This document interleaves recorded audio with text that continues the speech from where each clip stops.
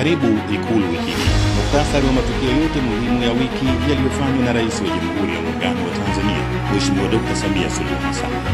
Tarehe 5 Mei, Mheshimiwa Rais Dr. Samia Suluhu Hassan alikutana na Naibu Waziri Mkuu na Waziri wa Mambo ya Nje wa Umoja wa Falme za Kiarabu UAE, Mheshimiwa Abdullah bin Zayed Al Nahyan, Ikulu jijini Dar es Salaam. Rais Dr. Samia na mgeni wake walishuhudia utiaji saini wa mkataba, hati za makubaliano, ikiwemo hati ya makubaliano baina ya Wizara ya Afya na Wizara ya Mambo ya Nje ya Umoja wa Falme za Kiarabu UAE kuhusu uwezeshaji wa ujenzi wa hospitali ya Emirates Tanzania huko Bukoba mkoani Kagera.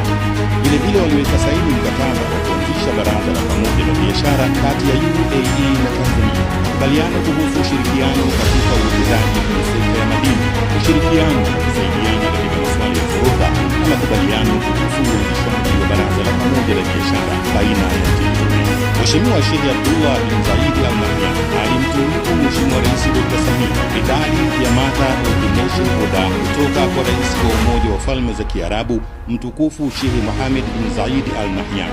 Medali hiyo ni moja kati ya medali za juu kabisa kutoka UAE ambayo hutolewa ili kutambua mchango wa kiongozi katika kuleta maendeleo endelevu kwa jamii yake. Siku hiyo hiyo, Rais Dr. Samia alihudhuria hafla ya tuzo za Samia Kalamu Awards mwaka 2025 na kutunuku tuzo kwa waandishi wa habari mahiri na wabobevu hapa nchini.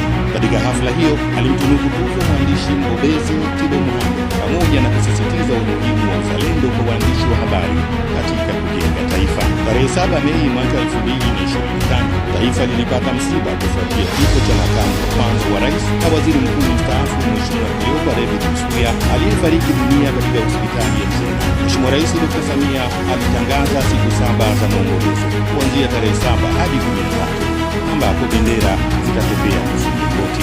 Tarehe 8 Mei, Rais Samia alimpokea rasmi rais wa Msumbiji, Mheshimiwa Daniel Francisco Chapo, ambaye alifanya ziara ya kitaifa nchini Tanzania. Marais hao walifanya mazungumzo ya faragha na mazungumzo rasmi na kisha kuzungumza na vyombo vya habari, ambapo pamoja na mambo mengine walikubaliana kuimarisha uhusiano wa kindugu na kihistoria ulioasisiwa na waasisi wa mataifa haya mawili. Ziara ya Rais Chapo ilimalizika tarehe 9 Mei na Rais Samia alimuaga rasmi mgeni wake katika viwanja vya Ikulu. Na mapema hii leo, Rais Samia ameongoza Watanzania kuaga mwili wa makamu wa kwanza wa rais wa Jamhuri ya Muungano wa Tanzania na waziri mkuu mstaafu hayati Cleopa David Msuya katika viwanja vya Karimjee jijini Dar es Salaam. Ndiyo hayo tu kwa sasa tuliyokuandalia. Ungana na Ikulu Mawasiliano wiki ijayo katika Ikulu wiki hii.